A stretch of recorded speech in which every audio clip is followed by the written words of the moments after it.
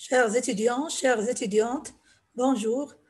Je vais continuer ce cours de physique quantique qui est destiné à la filière SMP semestre 5. Et dans cette vidéo, je vais présenter la partie numéro 2 du chapitre numéro 3 qui est sur le produit tensoriel.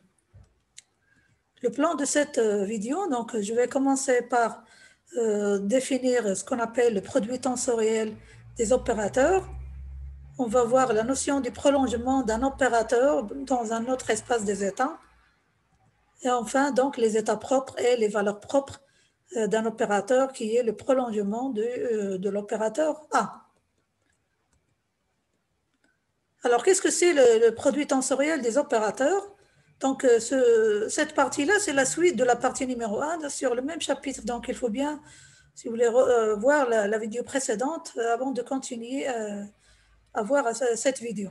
Donc, je considère deux opérateurs, le A1, qui est un opérateur linéaire qui agit dans l'espace des états E1, et je considère un autre opérateur B2, qui est un opérateur linéaire qui agit dans un autre espace E2. Bien, donc on va former un espace des états à partir du produit tensoriel de ces deux espaces des états E1 et E2. Donc, on va définir ce qu'on appelle le produit tensoriel des opérateurs A1 et B2. Donc, je rappelle, chaque opérateur, il agit dans son espace. Donc, le A1, il agit dans l'espace E1, l'espace des états E1, et B2, il agit dans l'espace des états E2. Donc, ils n'ont rien à voir ensemble. Ce n'est pas comme les opérateurs que nous avons vus précédemment, jusqu'à l'heure actuelle, qui agissent dans le même espace. Alors, ce produit tensoriel, il est noté sous la forme suivante. Donc, il y a le symbole que j'ai déjà défini dans la partie numéro 1. Donc, j'ai l'opérateur A1 tensoriel, l'opérateur B2, qu'on peut écrire aussi en enlevant le symbole. Donc, c'est A1, B2, donc sans qu'il y ait un symbole. Faites attention, donc ce sont des opérateurs qui sont complètement différents du point de vue dimension, etc. Donc, leur action. Bien. Alors, cet opérateur-là, qui est le produit tensoriel de A1 et B2, est un opérateur qui va agir dans E. Avec E, c'est le produit tensoriel de E1 et E2, comme nous l'avons déjà défini dans la vidéo précédente. Alors, comment ça fonctionne, l'action de cet opérateur-là, qui est le produit tensoriel de ces deux opérateurs? Donc, ce produit tensoriel est un autre opérateur. Donc, A1 est un opérateur dans E1, B2 est un opérateur dans E2, et leur produit tensoriel, c'est un autre opérateur qui agit dans E. Donc, ça change complètement. Bien, donc leur action, lorsqu'on fait ce produit tensoriel, eh bien, ce produit tensoriel des opérateurs, il agit bien sûr sur des vecteurs d'état qui sont formés à partir du produit tensoriel d'un vecteur d'état de E1 tensoriel, un vecteur d'état de E2. Donc tout ça, on l'a déjà défini dans la partie numéro 1. Donc l'opérateur qui est formé par le produit tensoriel de deux opérateurs, chacun appartient à un espace des états différents. Donc il va agir sur un vecteur d'état qui appartient à l'espace des états E sous forme du produit tensoriel des vecteurs d'état appartenant à deux espaces des états différents. Donc Φ1, c'est un vecteur d'état de E1, Xi2, c'est un vecteur d'état de E2. Comment ça fonctionne cette action-là lorsqu'on fait définir ce produit tensoriel? Eh bien, la règle que je vais citer, bon, c'est l'équivalent de ce que j'ai déjà indiqué dans la vidéo précédente, mais cette fois-ci pour les opérateurs. Donc, chaque opérateur, il agit dans son espace. C'est-à-dire, donc, chaque opérateur, il va agir sur le vecteur d'état qui appartient à son espace. Tout vecteur qui appartient à un autre espace différent, donc il l'ignore, c'est-à-dire il ne le voit pas, on peut le dire comme ça. Donc ce A1-là, il va agir sur le vecteur d'état Φ1 pour donner l'action de A1 sur le vecteur Φ1, donc c'est une action dans E1. Okay. Le deuxième opérateur, B2, qui est un opérateur de E2, il va agir sur le vecteur d'état de l'espace des états de E2, donc Xi2 qui appartient à E2. Voilà, donc le B2, donc l'opérateur B2 agit dans l'espace des états E2, c'est-à-dire il ne va agir que sur le vecteur d'état de E2. Bon, les autres vecteurs d'état, il ne les voit pas, il les ignore. Donc, on a ici A1 qui agit sur Φ1 tensoriel, B2 qui va agir sur Xi2. Donc, c'est comme ça que ça marche, cette notion du produit tensoriel des opérateurs et leur action sur un vecteur d'état qui est un produit tensoriel. Bon, si vous comprenez la règle, eh bien, ça devient très, très simple. Bien, donc voilà la définition de ce qu'on appelle produit tensoriel de deux opérateurs. Mais on peut faire produit tensoriel de trois opérateurs de n, donc ça marche de la même manière. Donc, je peux ajouter ici un troisième opérateur produit tensoriel. Donc, si j'ajoute ici C3, par exemple, qui est un opérateur d'un autre espace des états E3, mais à condition que l'espace des états E il est formé par le produit tensoriel de trois espaces des états. Donc, on ne va pas avoir uniquement E1 et E2, mais on va avoir un autre espace E3. De la même manière ici, donc on ajoute l'opérateur C3 et on ajoute un autre vecteur qui est de E3. Ça, je le dis oralement si vous voulez, pour vous éclaircir un petit peu cette notion de produit tensoriel, aussi bien pour les opérateurs que pour les états, que pour les espaces des états. Bien. Alors maintenant, on définit la notion du prolongement. Donc, il y a aussi le prolongement d'un opérateur. Donc, on considère un opérateur qui agit dans son espace des états et on veut le prolonger dans l'espace des états qui est l'espace des états formé par le produit tensoriel de E1 et E2. Donc, je considère A1 et B2, donc toujours les mêmes opérateurs, les mêmes appellations. Donc, deux opérateurs A1 et B2 qui agissent chacun dans son espace des états. Donc, le E1, il agit dans E1 et B2, il agit dans E2. On leur fait associer deux opérateurs respectivement. Donc, l'opérateur qu'on note A tilde de 1 et l'opérateur B tilde de 2. Ces deux opérateurs, ils agissent dans l'espace des états E qui est constitué par le produit tensoriel de E1 et E2. Hein? Donc, ces deux opérateurs A tilde de 1 et B tilde de 2 sont définis de la manière suivante. Donc, le A tilde de 1, c'est un opérateur qui va agir dans E, c'est-à-dire il va agir sur les vecteurs d'état qui sont formés par le produit tensoriel de deux vecteurs d'état de E1 et de E2. Donc, cette action-là, en fait, elle va s'exprimer d'une manière explicite sous la forme suivante.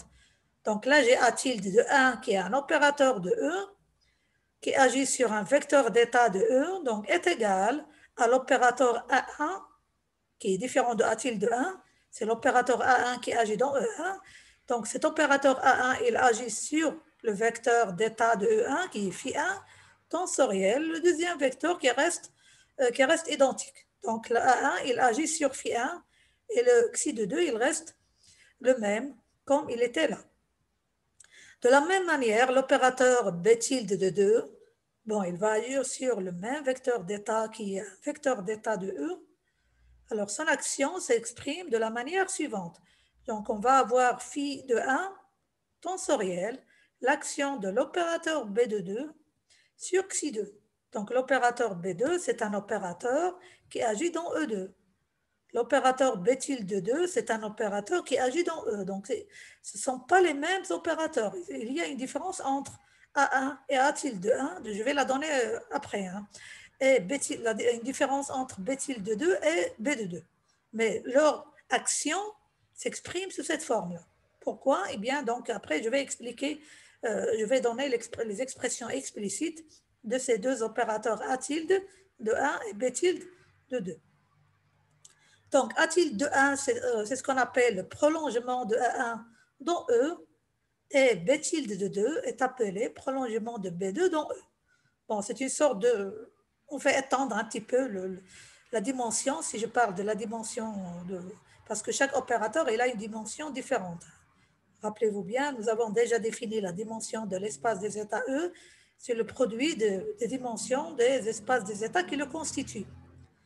Alors, les A tilde de 1 et les B tilde de 2 sont définis en fait par les expressions suivantes. En fait, ce A tilde de 1 est égal le produit tensoriel de l'opérateur A1 avec l'opérateur identité dans 2. Donc A1, c'est un opérateur de E1 et l'identité dans 2, c'est l'opérateur identité dans l'espace des états E2. De la même manière, B tilde de 2 est défini sous la forme de l'opérateur identité dans E1, dans 1, enfin dans l'espace des états E1, tensoriel, l'opérateur B de 2. Donc la dimension de A1 est différente de A tilde de 1 et la dimension de B2 est différente de B tilde de 2. Donc les dimensions de A tilde 1 et B tilde 2 prennent la dimension de l'espace des états E, qui est égal au produit des dimensions de E1 et E2. Bon, si j'ai l'espace des états, par exemple, E1, qui a une dimension N1, et l'espace des états E2 qui a une dimension N2, d'accord? Donc ici, la matrice de A1 va être une matrice d'ordre N1, c'est-à-dire N1 multiplié par N1, tandis que l'identité dans 2 va être une matrice de dimension N2, c'est-à-dire N2 multiplié par N2. Alors, la matrice représentante A tilde de 1, c'est une matrice d'ordre N1 multiplié par N2. Donc, ça va être une matrice très grande et qui est la même que celle-là. Donc, B tilde de 2 va avoir aussi, si vous voulez, la matrice de B tilde de 2 va avoir aussi la dimension N1 multiplié par N2. Ici, l'identité dans 1, c'est une matrice d'ordre N1, donc dimension N1. B de 2, c'est une matrice d'ordre N2. Donc, bon, j'explique sous forme des dimensions des matrices pour que ça se comprend bien par les étudiants. Mais ce que je vais dire, si vous voulez, une petite remarque que je vais indiquer oralement, c'est que une fois que nous avons compris cette propriété des opérateurs qui sont les prolongements, par la suite, on ne va plus écrire ce symbole-là qui est tilde. Donc, le symbole qui est au-dessus, là, donc, ce petit zigzag-là, c'est tilde. Par la suite, on va l'enlever lorsqu'on va faire les applications et les exercices d'ailleurs. Mais c'est à vous, c'est aux gens qui font ces applications de comprendre. Donc, je vais écrire A1 est égal à A1 tensoriel identité dans 2. Donc, c'est à la personne qui fait l'exercice de comprendre est-ce que l'opérateur dont j'ai affaire, c'est un opérateur qui agit dans son espace E1 ou bien dans son espace E2, ou bien c'est l'opérateur qui va agir dans l'espace des états qui est formé par un produit tensoriel. Donc, sans symbole, mais leur action va être différente. J'espère que vous avez compris, mais sinon, avec les exercices, si vous voulez, la correction des exercices, on va mieux comprendre ceci. Voyons maintenant les états propres et les valeurs propres de ces opérateurs-là qui sont les prolongements. Donc là, je considère le prolongement de A tilde de 1. Donc, soit l'opérateur A1 qui agit dans E1, et je considère son vecteur propre qui est noté phi n de 1, qui est un vecteur propre de cet opérateur A1 associé à la valeur propre AM. Donc, tout ça, c'est dans l'espace des états E1. Autrement dit, l'action de A1 sur le vecteur propre phi n de 1 est égale à la valeur propre AM multipliée par le même vecteur.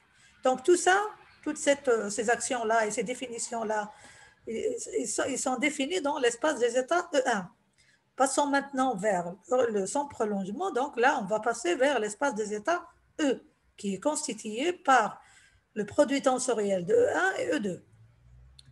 Alors, écrivons cette action de l'opérateur A tilde de 1, qui est le prolongement de A1, comme je l'ai défini tout à l'heure, qui est le produit tensoriel de A1 avec l'identité dans 2. Donc, cet opérateur A tilde de 1, il agit sur un vecteur d'état de E, ok, et qui est donné par l'expression que j'ai déjà définie précédemment. Donc, je vais avoir l'action de l'opérateur A de 1 sur le vecteur d'état, enfin qui est son vecteur propre d'ailleurs, phi n de 1, multiplié par xi l de 2, qui est obtenu en fait par l'action de l'opérateur identité dans 2 sur ce vecteur-là, donc il va rester le même. Donc l'action de l'opérateur identité ne fait pas changer le vecteur. C'est pour ça le vecteur d'état dans l'espace des états E2 est le même que celui qui est là. Celui-là, c'est le vecteur d'état dans E1, et xi l de 2, c'est un vecteur d'état dans E2. Or, A1 sur phi n1, ça me donne cette valeur propre AM, Donc, ceci est égal à AN phi n de 1 tensoriel xi L de 2. C'est-à-dire, qu'est-ce que ça veut dire? Ceci, eh bien, ce vecteur-là, qui est un vecteur d'état de l'espace des états E, est un vecteur propre de l'opérateur A tilde de 1 associé à la même valeur propre AN, qui est la valeur propre de l'opérateur A1 associé au vecteur propre phi n de 1 dans E1. Okay? Donc, on conclut que la valeur propre AN de A1 dans E1 est aussi valeur propre de son prolongement A tilde de 1, mais associé au vecteur propre phi n de 1 tensoriel xi L de 2, qui sont des vecteurs propres de l'espace des états E.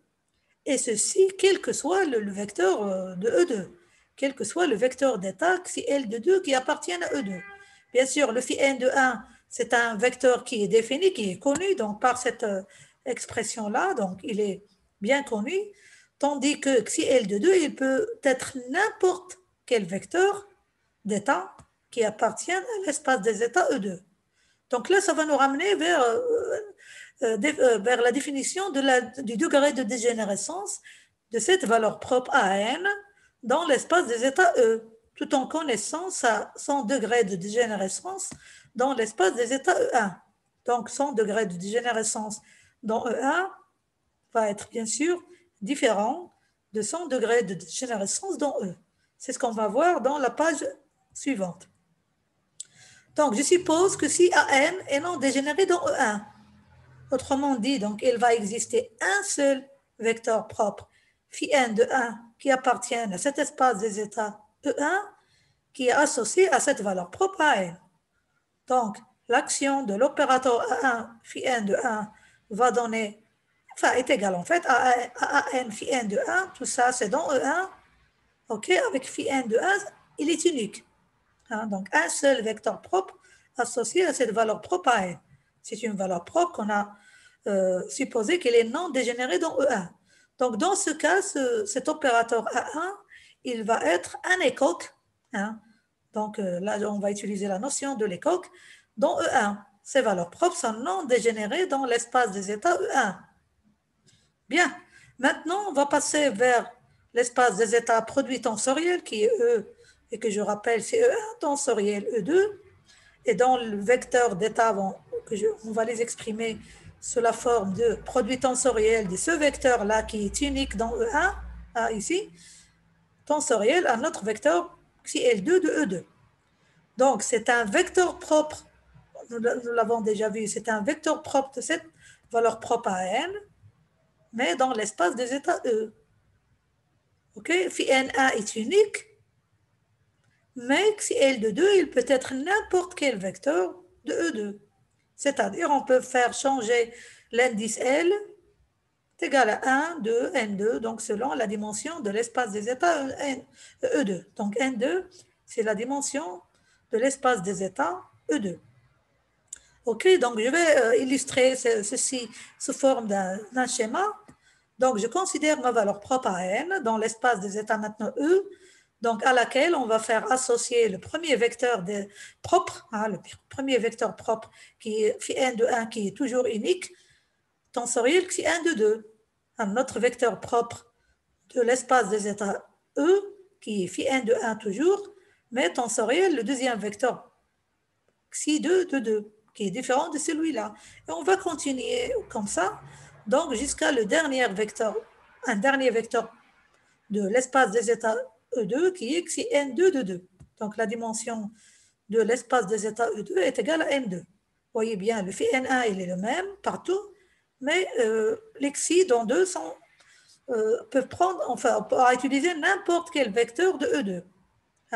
Ok, donc autrement dit, à la valeur propre AN qui était non dégénérée dans l'espace des états E1, on va faire associer maintenant N2 vecteurs propres dans l'espace des états E, qui est espace des états produits tensoriels de E1 et E2.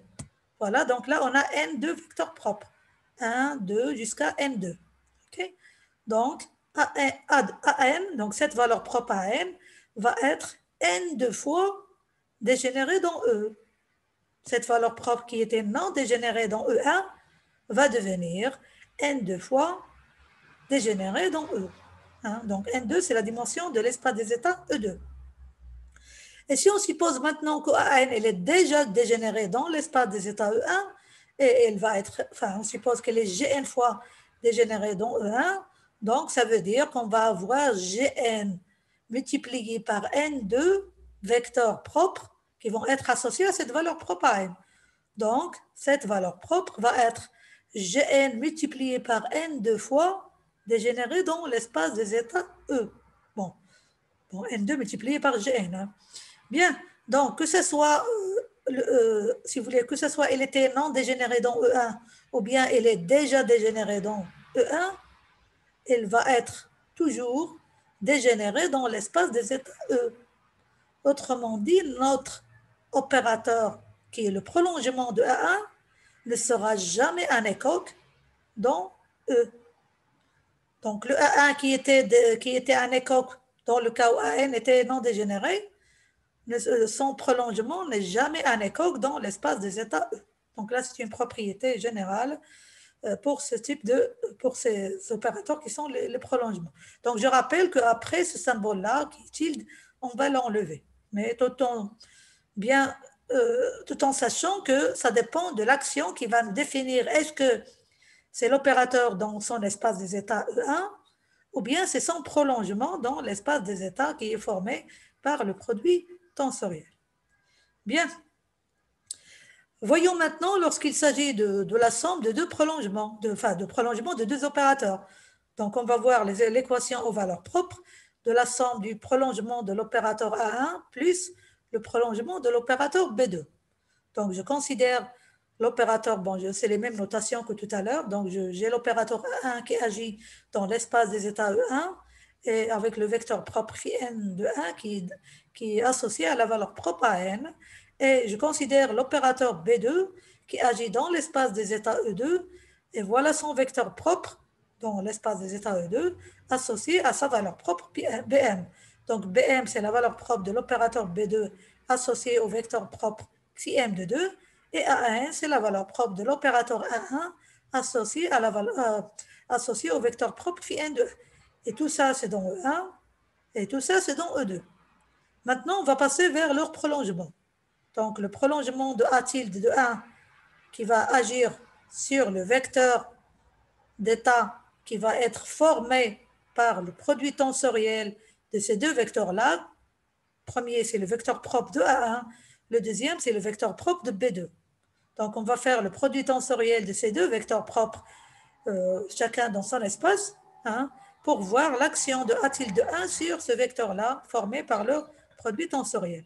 Et on va utiliser la définition du prolongement qui est donnée par le A1 qui va agir sur phi n de 1 tensoriel, l'identité dans 2 qui va agir sur phi n de 2.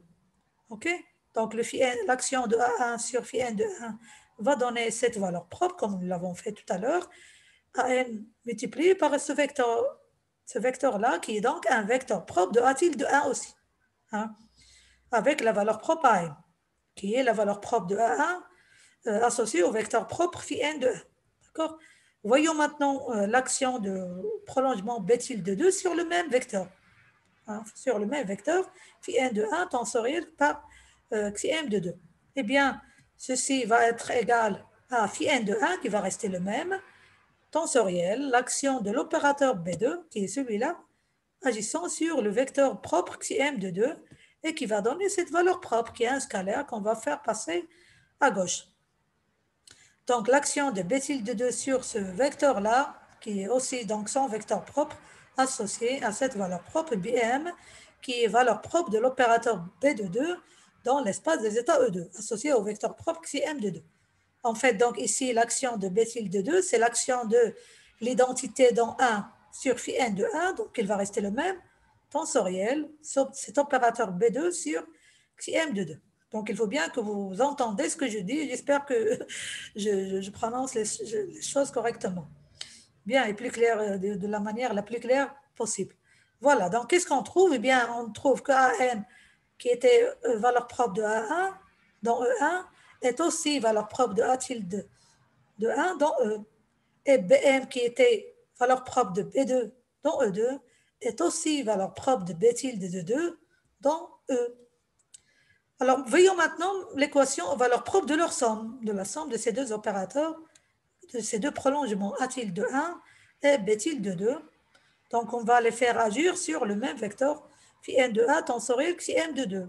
Or, phi n de 1, c'est un vecteur propre de A de 1 et xi m de 2 est un vecteur propre de B de 2. Bon, on pourra expliciter sous la forme la somme des expressions que j'ai écrites tout à l'heure, mais on a bien compris, si vous avez bien compris, ça va donner la somme des deux valeurs propres AN plus BM multiplié par ce vecteur propre.